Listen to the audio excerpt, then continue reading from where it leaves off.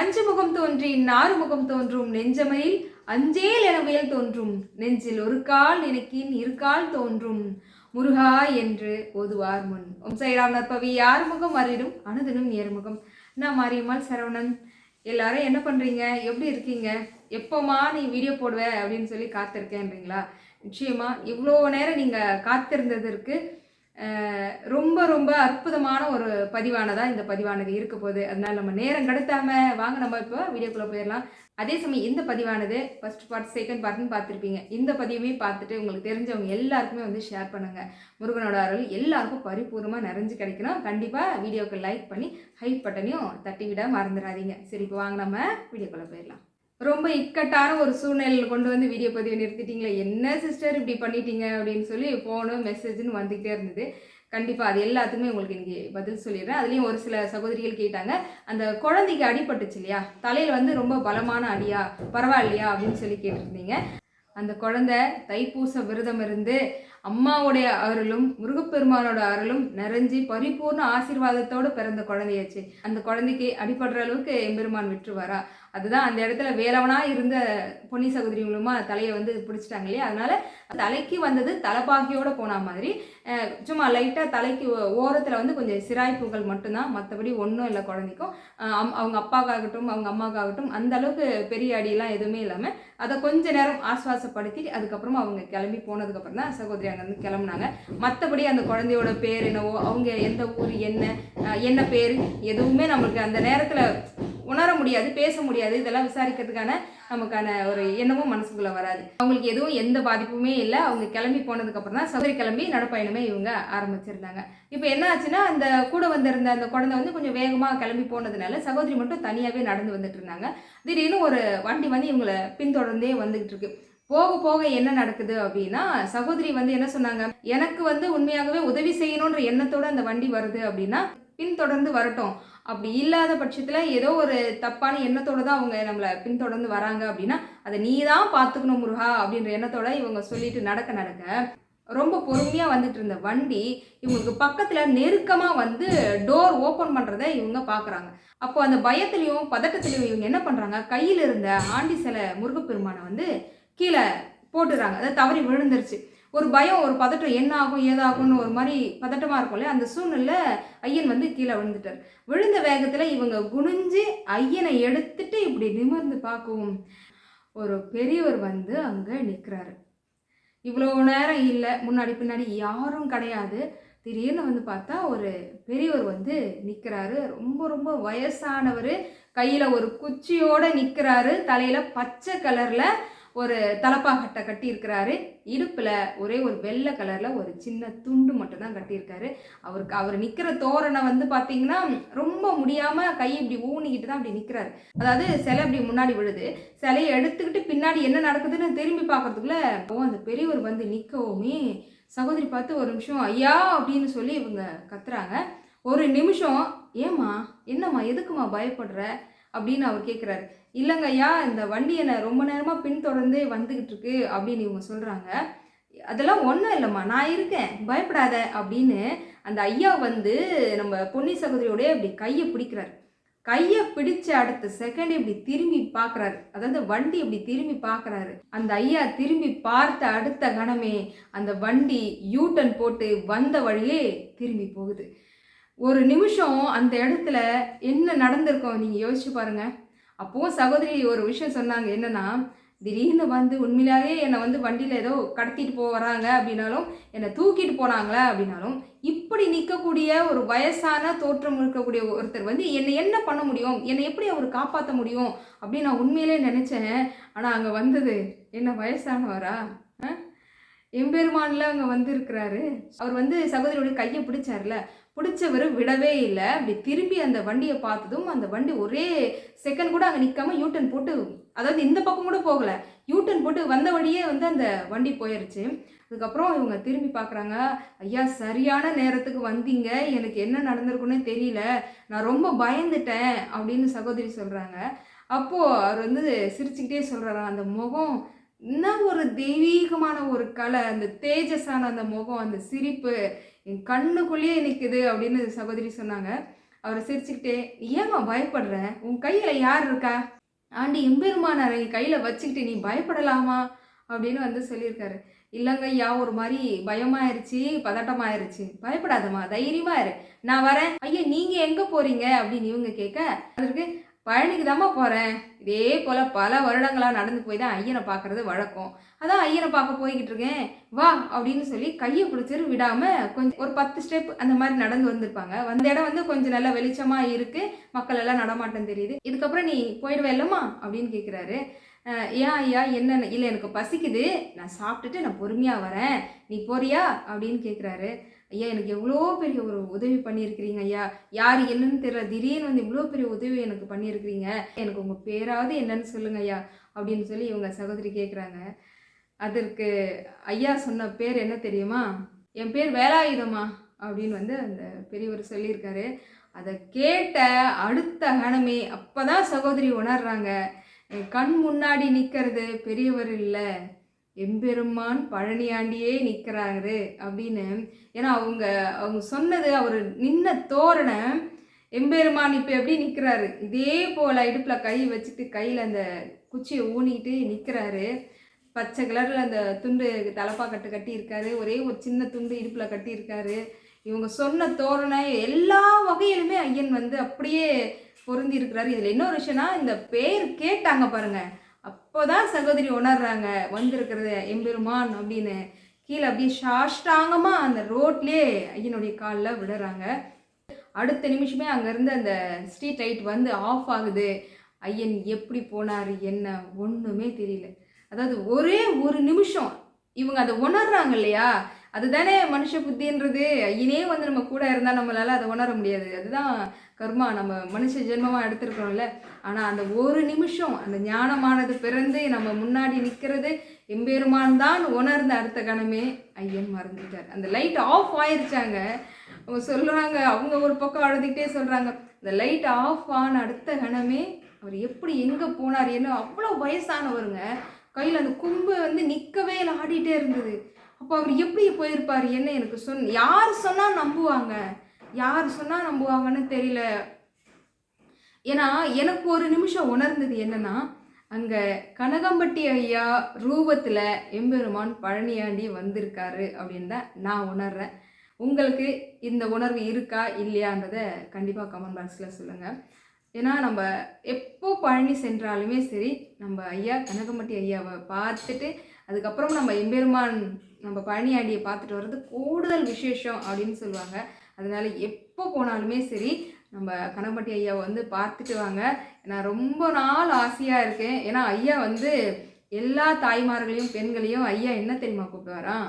தெரியுமா உங்களுக்கு யாருக்காச்சும்? மாரியம்மா அப்படின்னு தான் கூப்பிடுவாராம். அதனால் நான் ரொம்ப ரொம்ப ஆவலோடு காத்துக்கிட்டு இருக்கேன். எம்பெருமான் ஒரு அழைப்பு எனக்கும் கொடுக்கணும், கனகம்பட்டி சித்தரையாவோட காலில் போய் விழுந்துட்டு வரணும் அப்படின்னு. அது எனக்கு சகோதரி சொல்லும்போது உணர்ந்த ஒரு விஷயம். அங்கே கனகம்பட்டி ஐயா ரூபத்தில் தான் எம்பெருமான் பழனியாண்டி அங்கே வந்திருக்காரு அப்படின்றத என்னால் சத்தியமாக உணர முடியுது. அதுக்கப்புறம் அந்த ஒரு நிமிஷத்துக்கு அப்புறம் என்ன நடந்ததுன்னு யூகிச்சு எல்லாத்தையும் நினச்சி பார்த்து அழுக சகோதரிக்கு அழுக நிற்கவே இல்லை, அழுதுகிட்டே வராங்க. அப்புறம் பார்த்தா அந்த பொண்ணு வந்து அங்கே இருக்கிறாங்க. ஏன் அத்தை அழுதுகிட்டே வரீங்க? இதுக்கப்புறம் நான் உங்களை விட்டுட்டு போக மாட்டேன், சாரி, நான் இதுக்கப்புறம் உங்கள் கூடயே வரேன், ஏன் அழறீங்கன்னு கேட்குறாங்க. இதெல்லாம் அந்த பிள்ளைக்கு சொல்ல முடியுமா? சொன்னாலும் நம்புவாங்களான்னு வேற தெரியல. அதெல்லாம் ஒன்றும் இல்லை பாப்பா, கொஞ்சம் பயந்துட்டேன் அப்படின்னு சொல்லிட்டு சகோதரி வந்து அவங்க பாப்பா கூட்டிகிட்டு அவங்க அடிவாரத்து வரைக்கும் வந்தாச்சு. இவங்களுக்கு போன வருடம் எப்படி அடிவாரத்துக்கு கீழே அங்கே இவங்க காலில் அடிபட்டுச்சுல, அதே போல் அங்கே வந்ததுமே காலில் இவங்களுக்கு கால் வந்து பெரட்டிக்குது, கால் வந்து சுணுக்கு பிடிச்ச மாதிரி ஆகுது, நடக்க ஒரு அடி கூட எடுத்து வைக்க முடியல. அப்போ இவங்க நினைக்கிறாங்க, எப்படி இவ்வளோ தூரம் வந்தது பெருசு இல்லை, இப்போ மலை ஏறணும், மலை ஏறி போய் பையனை பார்க்கணும், அது சரியான நேரத்துக்கு போனால் தங்குறதையும் பார்க்கலாம், என்ன பண்ணுறதுன்னு புரியல ஐயா, என்னால் ஒரு அடி கூட எடுத்து வைக்க முடியலையே அப்படின்னு நினச்சிட்டே இருக்காங்க. அப்போ திடீர்னு இவங்க ஊரை சேர்ந்தவங்கள ஒருத்தவங்க ஓடி வந்து, என்ன பொண்ணி எப்படி இருக்கிற என்னன்னு கேட்குறாங்க. அப்போ இவங்களுக்கு வந்து ஒரு தெம்பு தான், என்னதான் இருந்தாலும் ஊருக்காரங்க எல்லாரும் வந்து பேசினா ஒரு தெம்பு கிடைக்கும்ல, அதுபோல் இவங்க வந்து பேசுகிறாங்க. இந்த மாதிரி நீங்கள் இங்கேருந்து வரீங்க என்னன்னு கேட்குறாங்க. நான் அவங்க பின்னாடி தான் வந்துகிட்டு இருக்கோம் அப்படின்றதையும் அவங்க சொல்கிறாங்க. சரி வாங்க நம்ம எல்லாரும் ஒன்றா சேர்ந்தே மலை ஏறுவோம் அப்படின்னு வந்து இவங்க ஏற தொடங்கும் போது இவங்களுக்கு கால் வழியிலே இருந்தாங்கல்ல, அப்போது இவங்களுக்கு முருகன் நிகழ்த்திய அற்புதங்களை பேசவும், அவங்களுக்கு நடந்த முருகன் நிகழ்த்திய அற்புதங்கள், முருகனோட அற்புதங்களை பேசினா நமக்கு வந்து விடிய விடிய கேட்டுட்டு இருக்கலாம். அதனால் இப்போ முருகனோட அற்புதங்கள் கேட்க கேட்க இவங்க உடம்புக்குள்ளே தானாக ஒரு தெம்பு பிறந்து இவங்க அழகாக மலை ஏறியாச்சு. மலை ஏறும்போது தான் ஒரு விஷயம் வந்து என்னென்னா, இப்போ இவங்க கேட்குறாங்களா, வந்தவங்க வந்து கேட்குறாங்க, உன்னை ரொம்ப நேரமாக ஒரு கார் வந்து பின்தொடர்ந்துகிட்டே வந்தது, ஆனால் அது எப்படி ஒரு செகண்டில் யூட்டன் போட்டு வந்துச்சு அப்படின்னு அவங்க வந்து கேட்குறாங்க. அப்போது சகோதரி வந்து அங்கே நடந்த சம்பவங்களை சொல்கிறாங்க. ஆனால் அவங்க அதை நம்பலை. அது எப்படிங்க, இதெல்லாம் சாத்தியமா? ஒரு வயசானவர் வந்தால் அந்த கார் அதெல்லாம் திரும்பி போகுமா? என்ன பண்ணி நீ சொல்கிற அப்படின்னாங்களாம். அதாவது அவங்களும் முருகப்பெருமான் நினச்சி மாலை போட்டு விரதம் இருந்து நடப்பாதையாக வரவங்க. ஆனால் முருகனை பற்றி இப்படி ஒரு நடந்த, ஏன்னா இது கலியுகம், கலிகாலம், என்ன சொன்னாலும் அது வந்து ஏர்வி ஆகாது. இப்போ இந்த பதிவே கூட யார் யார் எப்படி புரிஞ்சுக்கிறீங்க, எப்படி பார்க்குறீங்கன்றது எனக்கு தெரியாது. ஆனால் நான் மனப்பூர்வமாக எம்பெருமான் ஐயன் வந்து அங்கே காட்சி கொடுத்துருக்காரு அப்படின்றத வந்து என்னால் உணர முடியுது. நீங்களும் அதை உணர்ந்திருப்பீங்க அப்படின்ற நம்பிக்கை எனக்கும் இருக்குது. இப்போ இவங்க என்ன ஆச்சுன்னா, இப்போ மலைக்கு மேலே ஏறி போகிற அந்த கொஞ்ச நேரத்துக்குலாம் ஒரு ஃபோன் ஒன்று வருது. இப்போ இந்த இடத்துல எப்படி உங்களுக்கு ஃபோன் வரும்? ஃபோன் எல்லாம் தான் வாங்கி வச்சிருவாங்களே அப்படின்னு தோணுதா? இவங்க வந்து கிட்டத்தட்ட இந்த தைப்பூசத்துக்கு நெருக்கத்தில் போனாங்க இல்லையா, அந்த 2 நாள் வந்து சரியாக கவனிக்கலையா, அதனால ஒரு சில ஃபோனெல்லாம் கொண்டு போயிருக்காங்க மேலே. ஏன்னா சரியான ஏகப்பட்ட கூட்டம் இல்லையா, அதில் கவனிக்காமல் விட்டதுனால பொன்னி சகோதரி கையில் வந்து ஒரு ஃபோன் இருக்குது. அப்போ ஒரு ஃபோன் அடிக்கிறாங்க. யார் அப்படின்னா மகாலட்சுமி சகோதரி. இவங்க திருப்பூரை சேர்ந்தவங்க தான். பொன்னி சகோதரி, மகாலட்சுமி சகோதரி இவங்க எல்லாம் ஒரே ஊருக்காரங்க. மகாலட்சுமி சகோதரியும் 48 நாட்கள் விரதம் இருந்து குடும்பத்தோட பழனிக்கு வராங்க. ஆனால் அவங்க பஸ்ஸில் தான் வராங்க. இவங்களுக்கு என்ன ஆசைன்னா, பொன்னி சகோதரி நீங்கள் அங்கேயே வெயிட் பண்ணுங்கள், நாங்களும் குடும்பத்தோடு வரோம், நம்ம எல்லாரும் ஒன்றா சேர்ந்து பழனி முருகனை பார்க்கலாம் அப்படின்னு வந்து இவங்க பேசிக்கிறாங்க. சரி நான் ஒரு இடத்துல நிற்கிறேன், நீயும் வந்துரு அப்படின்னு இவங்க சகோதரி சொல்கிறாங்க. அதுக்கேற்ற மாதிரி இவங்க எல்லாரும் ஒரு இடத்துல வந்து மீட் பண்ணுறாங்க. அது மேலே வந்து நிற்கிறாங்க. போய் நின்னா காலடி கீழே வைக்கிறதுக்கு கூட இடம் கிடையாது. ஏன்னா கூட்டம் ஒரு பக்கம், தங்கத்தேர் வரப்போறாரு எம்பெருமான், ராஜாதி ராஜாவா வந்து எம்பெருமான் தங்கத்தேர்ல வரப்போறாரு அப்படின்னா சாதாரண நாட்கள்லேயே கூட்டம் இருக்கும். இப்போ தைப்பூச நெருக்கத்தில் 2 நாளுக்கு முன்னாடி இது வெள்ளிக்கிழமை அன்னைக்கு, அப்போ எப்படி இருக்கும்? சரியான கூட்டம் ஒரு பக்கம். இவங்களுக்கு கால் வைக்கிறதுக்கு கூட இடம் இல்லாமல் இருந்து தேர் வர என்ன ஆச்சுன்னா, நீ தள்ளு நான் தள்ளுன்னு தள்ளி பொன்னி சகோதரியை பிடிச்சி ஒருத்தவங்க அப்படி தள்ளி விட்டுறாங்க. அவங்க நேராக போய் எங்கே தெரியுமா விழுறாங்க? தங்க ரதத்து மேலே விழுறாங்க. தங்க ரதத்து மேலே விழுந்து கை ஜாரி அப்படியே அந்த கயிறை பிடிச்சிட்டாங்க. இப்படி எடுத்துகிட்டு போகல, அந்த கயிறை பிடிச்சிட்டாங்க. அவங்களுக்கும் மீறி என்ன நடக்குது ஒன்றும் புரியல. ஒரு நிமிஷம் சுதாரிச்சு பார்க்குறாங்க, இவங்க கை தங்க ரத கயிறில் இருக்குது.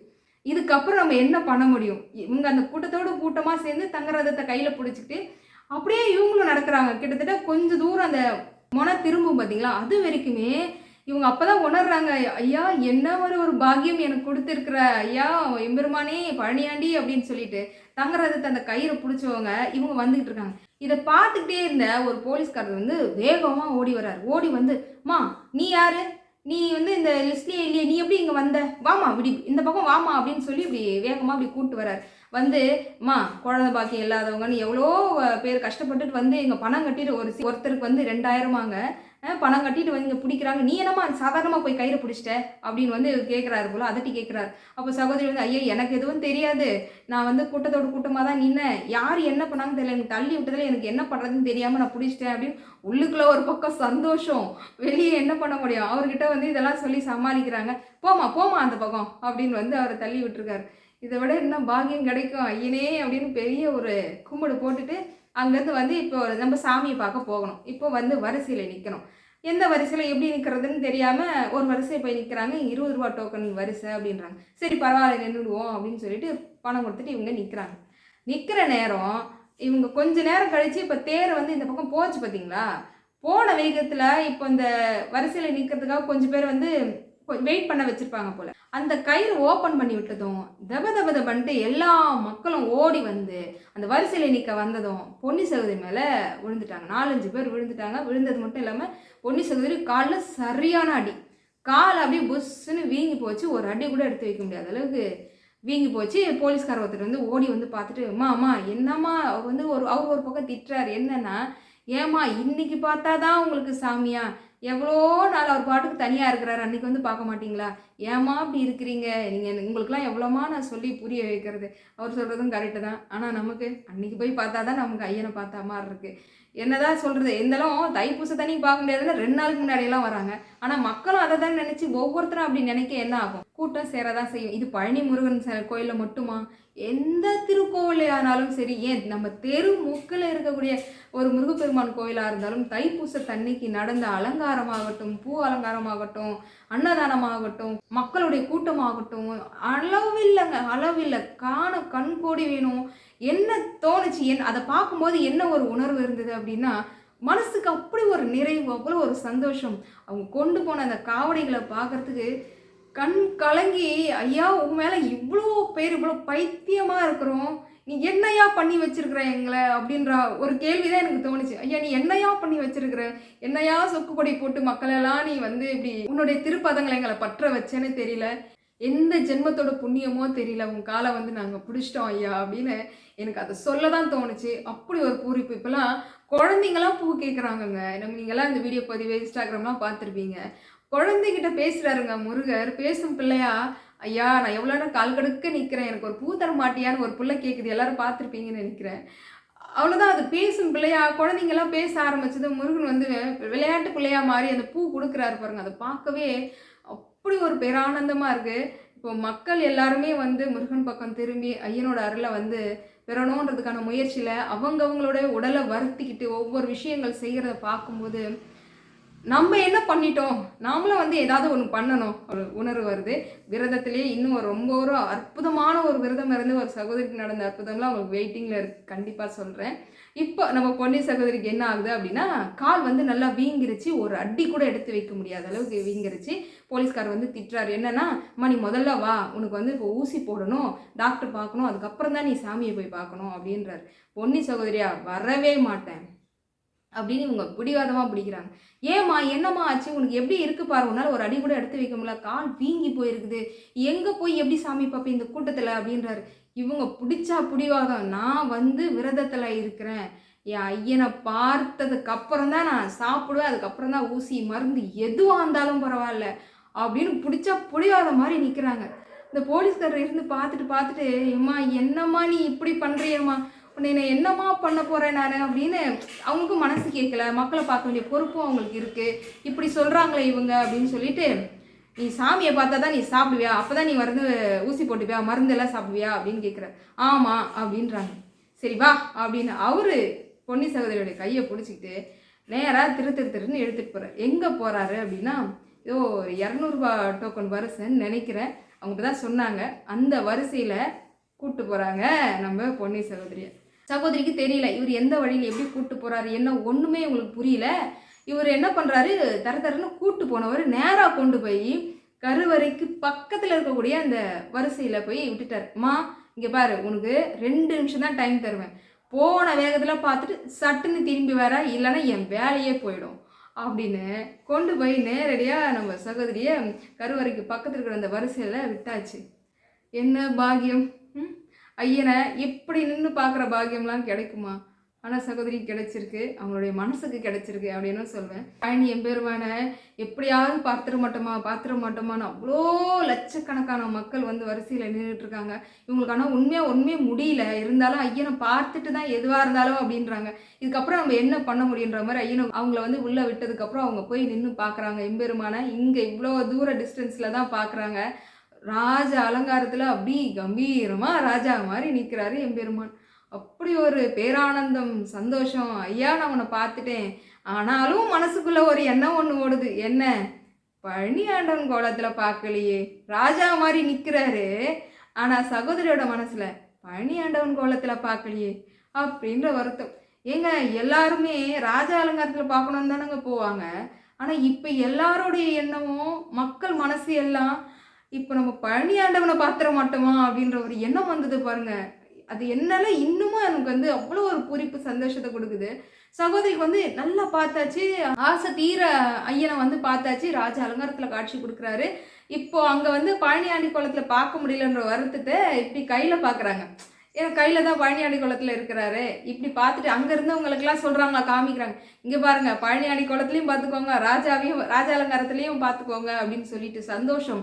இப்போ உள்ளுக்குள்ளே வந்து தோணுது, கொடுக்கலாமா உள்ள கருவறையில் வச்சு கொடுப்பாங்களாமான்னு நினைக்கிறதுக்குள்ள அங்கேருந்து ஒருத்தர் சொல்லிட்டார், உங்களை இந்த லைனில் யார் விட்டா அப்படின்ற ஒரு கேள்வி வருது. அதுக்குள்ளே இந்த போலீஸ்கார் வந்து, அம்மா என் வேலைக்கு வேட்டு வச்சிடாதம்மா, நீ வாமா, இது வரைக்கும் நீ பார்த்ததே போதும் அப்படின்ட்டு சகோதரியை பிடிச்சிட்டு வந்துட்டார். பரவாயில்ல, இவ்வளோ தூரம் நடந்திருக்கு, இது எவ்வளோ பெரிய ஆசீர்வாதம் இல்லையா? ஏன்னா கூடவே இருக்கிறாரு பழனியாண்டி. அதுக்கப்புறம் என்ன சரின்னு இவங்க என்ன பண்ணுறாங்க, வெளியே கூப்பிட்டு வந்ததுக்கப்புறமா ஒரு ஹாஸ்பிட்டலுக்கு கூப்பிட்டு வராங்க. அங்கே வந்து மருந்து மாத்திரைகள் இது எல்லாமே வந்து ட்ரீட்மெண்ட் நடக்குது. இதுக்கப்புறம் தான் சகோதரி வந்து மேலேருந்து கீழே அவங்க ஒரு தங்கும் வசதி கொண்ட இடம் இருக்கு இல்லையா, அந்த இடத்துக்கு வந்து தங்கிடுறாங்க. இவங்க அங்கே வந்து தங்கினதுக்கப்புறம் தான் மகாலட்சுமி சகோதரி ஃபோனே பண்ணுறாங்க.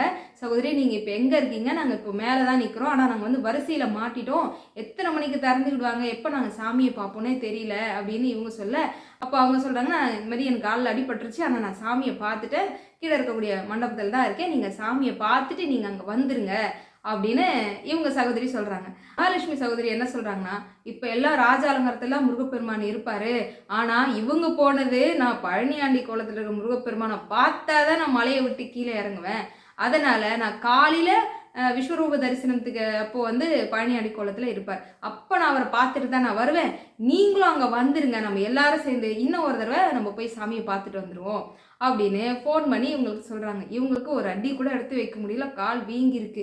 இருந்தாலும் இப்படி ஒரு வாய்ப்பு கிடைக்குதே, எம்பெருமானை பார்த்துட மாட்டோமா அப்படின்றாங்களேன்னு சொல்லிட்டு அந்த காலை வச்சுக்கிட்டு திரும்ப என்ன பண்ணுறாங்க, மலை ஏறி திரும்ப மேலே வராங்க.